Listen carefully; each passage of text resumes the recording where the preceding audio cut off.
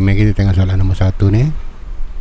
Graf jarak lawan masa di sebelah menunjukkan masa yang diambil oleh dua orang peserta terbaik dalam acara 100 meter semasa kejuaraan olahraga di SMK Sinar Harapan. Graf OE mewakili larian Rizal dan graf OABC mewakili larian Jeffrey. AB ialah masa yang diambil oleh Jeffrey sebelum meneruskan lariannya kerana terjatuh. So, kalau kita tengok O ke O A and then A ke B, dia jatuh, dan B ke C. Ini Jeffrey punya, dan yang pink tu ini adalah Rizal. Okey, soalan A, hitung kerugian masa dalam saat yang dialami oleh Jeffrey dalam pertandingan. Kerugian maksudnya dia tak dapat meneruskan pelarian dia lah, iaitu daripada A ke B, iaitu dia tetap di meter yang sama, iaitu di 50 meter. Yang itu dia ni dia punya tempoh dia dalam saat. Kita baca saat je lah, 9:6. So A 9:6 lah, iaitu 3 saat.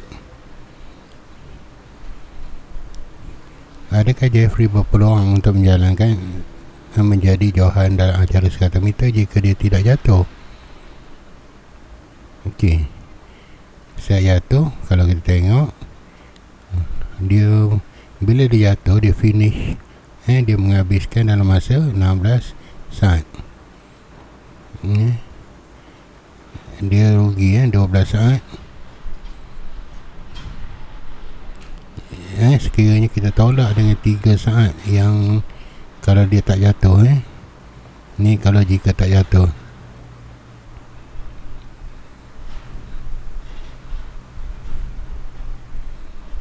Kalau kita tengok daripada bacaan graf kita, maksudnya dia boleh menamatkan pelarian dia dalam masa 9 saat.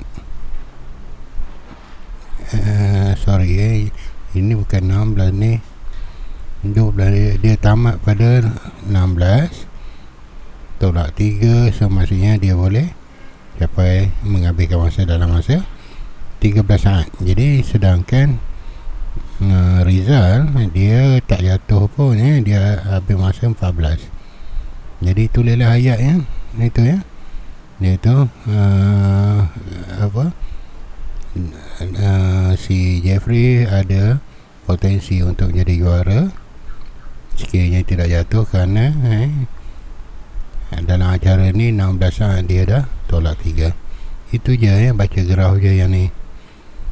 So okey, kita tengok soalan berikut.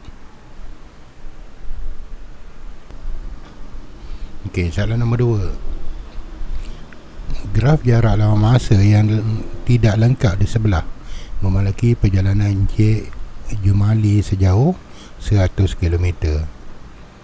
Diberi kadar perubahan jarak terhadap masa untuk 60 km yang pertama ialah 72 km per jam. Tentukan nilai T1. Okey, T1 ni.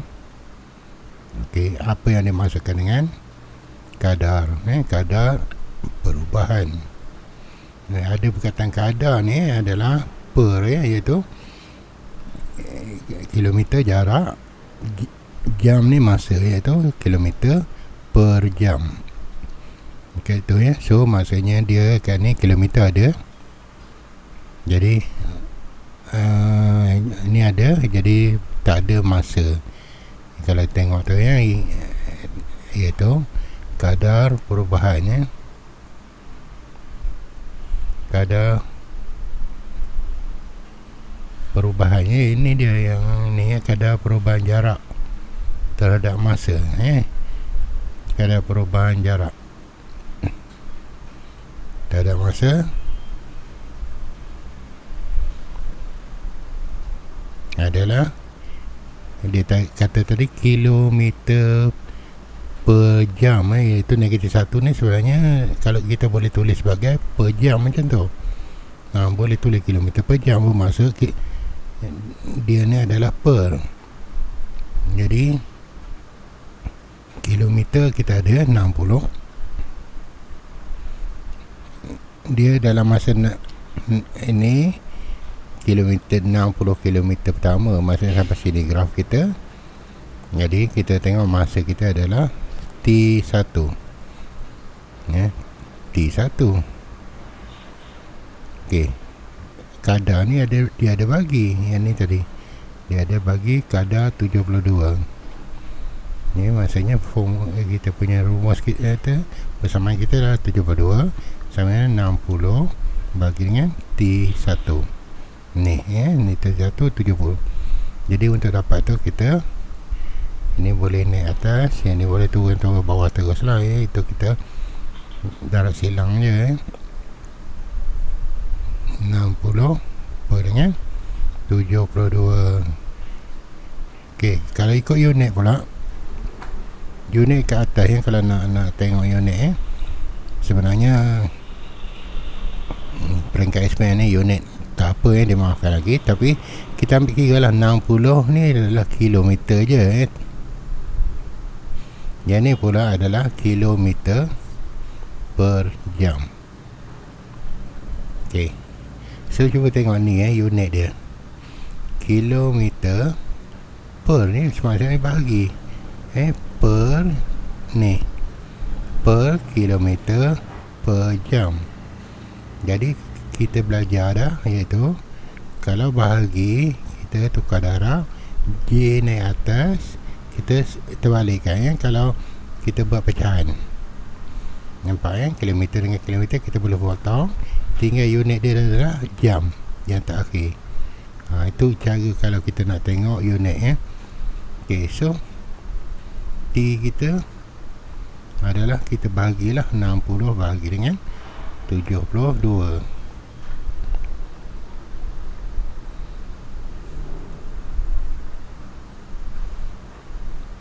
60 bahagi dengan 72. So kita dapat itu, kalau kita nampak 3 panjang itu, kita boleh tukar pecahan lagi elok lah. 5 per 6 itu 5 per 6 jam. Unit dia dalam jam kita dah kira tadi 5 per 6. Biarkan dalam ni kalau kita kenapa nak perlu biar dalam pecahan, kalau dia panjang 0.83333, bermaksud kalau kita ambil 2 titik perpuluhan, kita tak boleh round ni. Jadi ini dah efek nanti iaitu yang ni sebenarnya kita dah buang tu. Kalau kita kira dia lari sikit, tak boleh biar dalam ni dulu lah. Okey, 5 per 6 jam. Okey, kita dah dapat yang pertama Okey, T dia adalah 5 per 6 jam.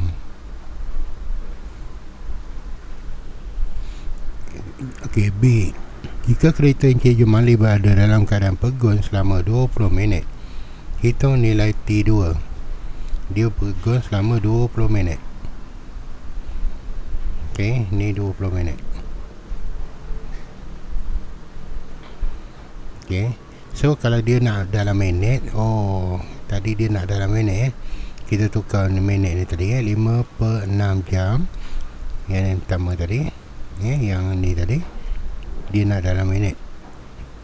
So 5 per 6 jam, kita tentukan minit, kita kena darab dengan 60. So kita akan dapat 50 minit. Jadi T1 ni adalah 50 50. Faham tak ya? T1 kita adalah 50.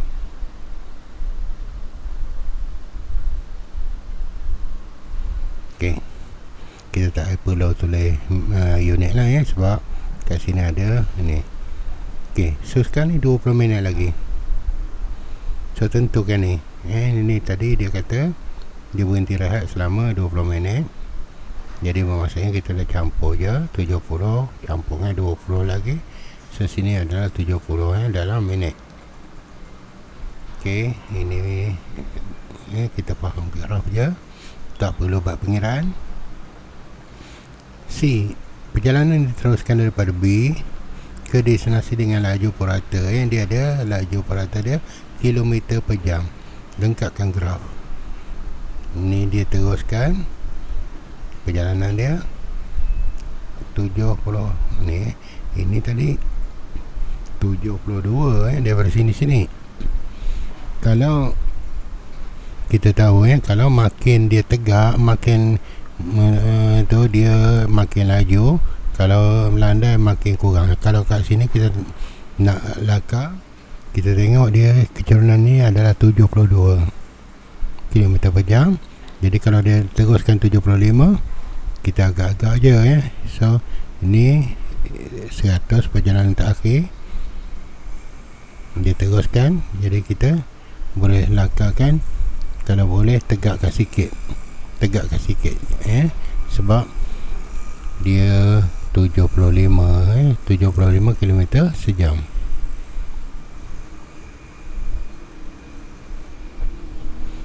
Okey, perjalanan ini diteruskan 35. Lengkapkan graf masa keseluruhan perjalanan. Okey, kita dah tulis. Jika perjalanan dari O dimula daripada pukul 9.30 pagi, hitung waktu Jumali sampai destinasi.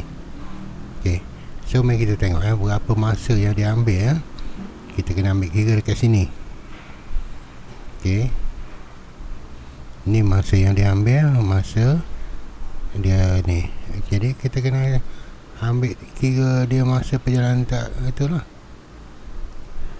Yang sampai ke T3 kita, berapa keseluruhan masa yang dia ambil. Jadi kita tengok yang ini adalah kecerunannya, iaitu jarak kilometer bahagi dengan masa. Ni 75 km per jam. Jadi kalau kita tengok daripada B ke sini, dia melalui sebanyak 40. Ini adalah 40 km lagi. Jadi maksudnya kalau segitiga kita ni, yang tegak ni adalah 40, dan yang melentang ni adalah kita tak tahu, iaitu T3 tolak T2. T3 tolak T2. Okey, cikgu tulis. So dapat ni cikgu lukiskan balik untuk lebih ini So graf kita tadi macam tu. Okey, so yang atas kali ni tadi dia pecah ke 100, dia mula 60. Okey, yang T pula ni tadi, yang ni T kita tadi adalah 70 T2 kita dah dapat tadi. Ni 70 T2. T ni kita tak pasti. Okey, ini kecerunan dia ni adalah 75 km per jam. Okay. So ini kecerunan ni adalah kadar perubahan jarak terhadap masa. Kadar perubahan, ingat tadi yang A, formula ni, kadar perubahan jarak terhadap masa adalah jarak dia daripada sini ke sini adalah 100 tolak 60, iaitu 40, bahagi dengan masa dia adalah T3 tolak dengan 70. Itu T3, kita tak boleh cakap T3 T3 saja, kena tolak 70. Sebab kalau T3 dikira daripada awal, kita nak kira segitiga yang terakhir ni tadi je. So kita buat macam biasa, kita dapatlah T3 kita adalah 40 bahagi dengan 75. Jadi kita tengok berapa jam. Ini dalam jam nanti kita kena tukar dalam minit lah. Tengok dulu dalam jam tadi kita. So 40 kita bahagikan dengan 75. So kita dapat panjang juga, kita tukar kepada per, iaitu 8 per 15 jam. Okay. So jam ni kita tukar kepada minit.